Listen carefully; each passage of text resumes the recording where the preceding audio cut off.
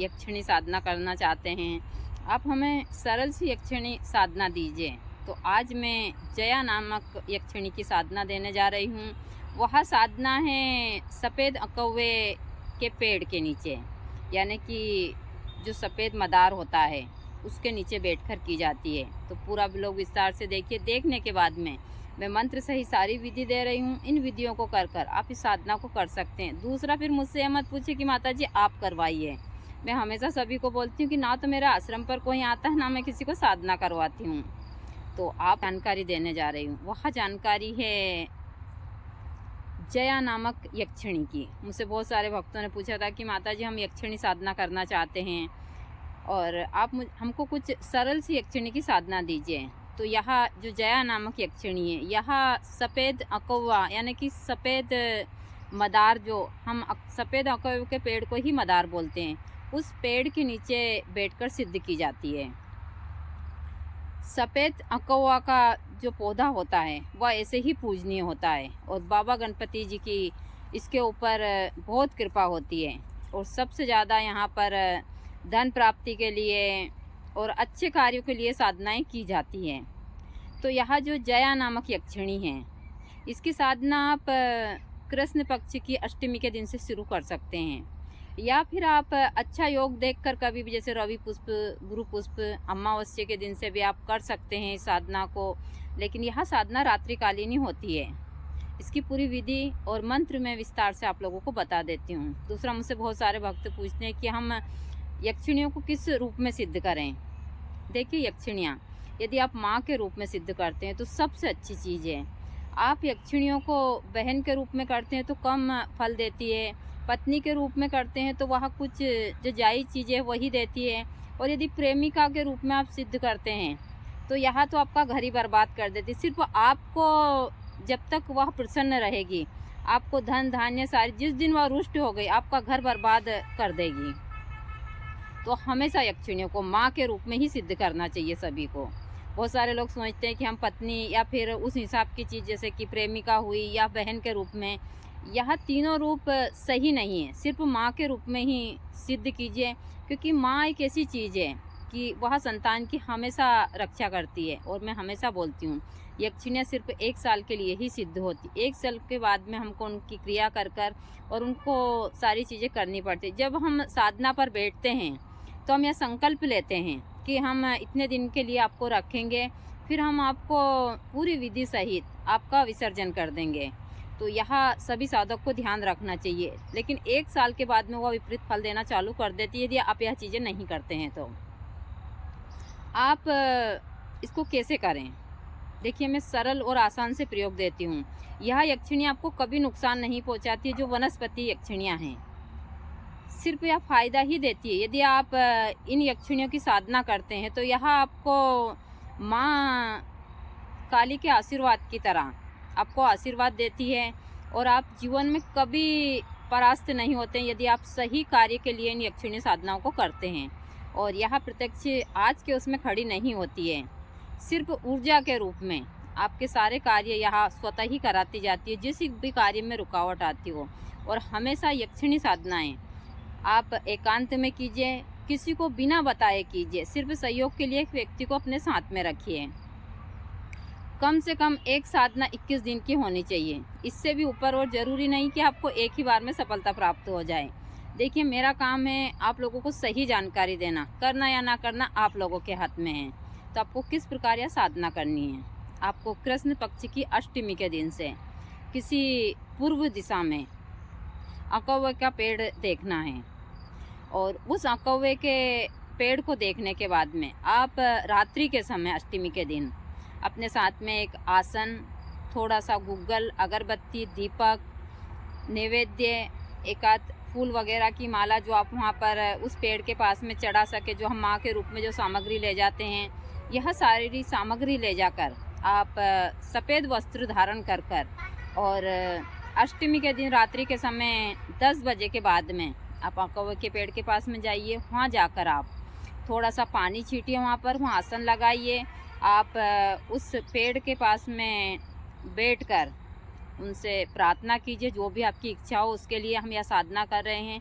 और हमको आशीर्वाद के रूप में आप हमारी सारी मनोकामना की पूर्ति कीजिए। यह कहने के बाद में आप धूप दीप सारी चीज़ें कर यदि आप इतने सक्षम हैं कि आप अनुष्ठान वहाँ रात्रि के समय डेली ज़्यादा नहीं तो 108 बार कर लेते हैं तो सबसे अच्छा है। आप वहाँ पर थोड़ी सी हवन सामग्री प्रतिदिन जब आपको अनुष्ठान करना है तो हवन सामग्री आपको साथ में ले जानी चाहिए। लकड़ी तो आपको जंगल में ऐसे ही प्लास वगैरह की मिल जाएगी।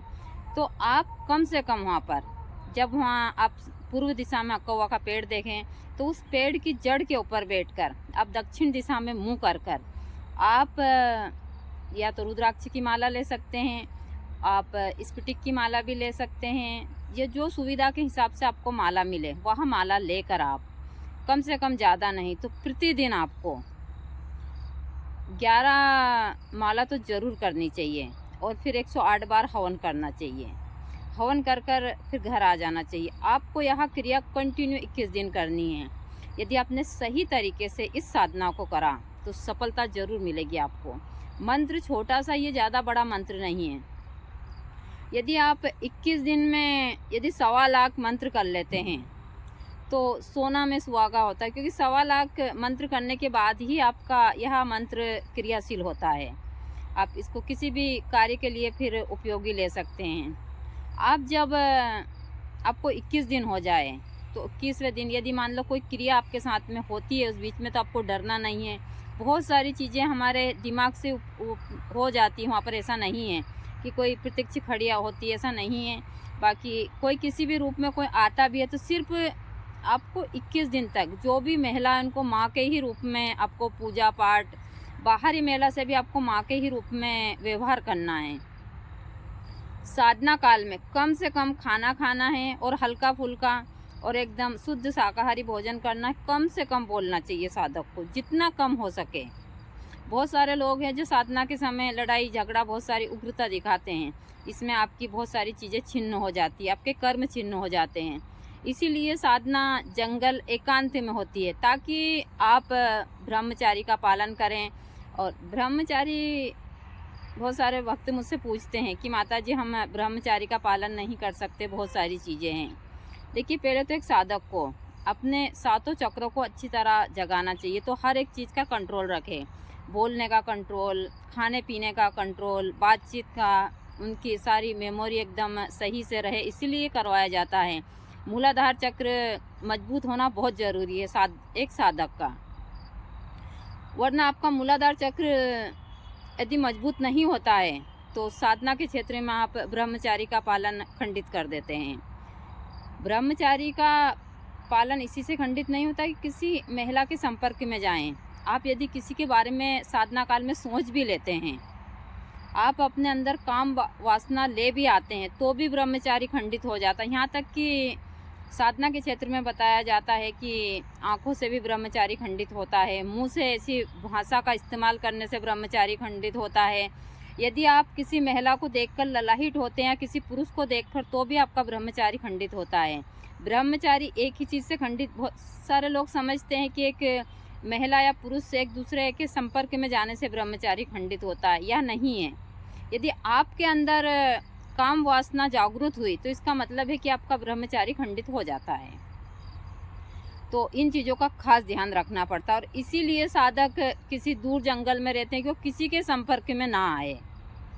तो आप लोग कंटिन्यू यह साधना 21 दिन कीजिए। 21वें दिन आप यदि मतलब इस 21 दिन में आप हवन अनुष्ठान नहीं कर सकें तो आप आखिरी के दिन अनुष्ठान कर वहाँ प्रार्थना कर और कम से कम ज़्यादा नहीं तो उस कौवे के पेड़ की एक मोटी में की 5 इंच की या फिर 5 इंच से बड़ी भी जड़ आप किसी धारदार हथियार से नहीं, कैसे ऐसे हथियार से काट कर और ले आइए और लाकर अपने घर लाकर आप एक छोटी सी यक्षिणी माँ के रूप में उसकी प्रतिमा बनाइए और अपने घर के मंदिर में आप उसको स्थापित कर दीजिए।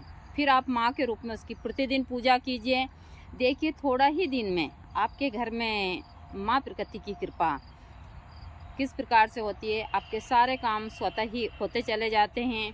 दूसरा, फिर पूरा 1 साल हो जाता है तो उस प्रतिमा को आप किसी नदी, तालाब या अच्छी पवित्र जगह पर ले जाकर पंडित के हाथ पूरा उनका कार्यक्रम करवाकर उस मूर्ति को आप विसर्जन कर दीजिए जब आपकी सारी चीज़ों की पूर्ति हो जाए। और 1 साल के बाद ज़रूरी करना। यदि आप 1 साल के बाद नहीं करते तो विपरीत फल देती है। हाँ, आपको फिर करना है तो फिर कंटिन्यू आप यही कार्य कर सकते हैं। देखिए, बहुत सरल और बहुत आसान सी साधना है। मैं आप लोगों को मंत्र दे देती हूँ। इस साधना को कर ज़रूर देखिएगा। ऐसे ही हर एक वृक्ष की यक्षिणियाँ हैं जो आगे भी मैं दूँगी। और मैं तो सभी को बोलती हूँ कि आप अपने घर के ऊपर, अपने खेत हुआ या फिर ऐसी जगह हुआ, ज़रूर वृक्ष लगाइए और इन यक्षिणियों की माँ के रूप में आशीर्वाद प्रदान कीजिए और बहुत सारी चीज़ें आपकी। जया यक्षिणे सर्वकार्ये साधनम कुरु कुरु स्वाहा। ओम ऐं जया यक्षिणे सर्वकार्ये साधनम कुरु कुरु स्वाहा। ओम ऐं जया यक्षिणे सर्वकार्ये साधनम कुरु कुरु स्वाहा। ओम ऐं जया यक्षिणे सर्वकार्ये साधनम कुरु कुरु स्वाहा। ओम ऐं जया यक्षिणे सर्वकार्ये साधनम कुरु कुरु स्वाहा। ओम ऐं जया यक्षिणे सर्वकार्ये साधनम कुरु कुरु स्वाहा। ओम ऐं जया यक्षिणे सर्वकार्ये साधनम कुरु कुरु स्वाहा। ओम ऐं जया यक्षिणे सर्वकार्ये साधनम कुरु कुरु स्वाहा। ओम ऐं जया यक्षिणे सर्वकार्ये साधनम कुरु कुरु स्वाहा।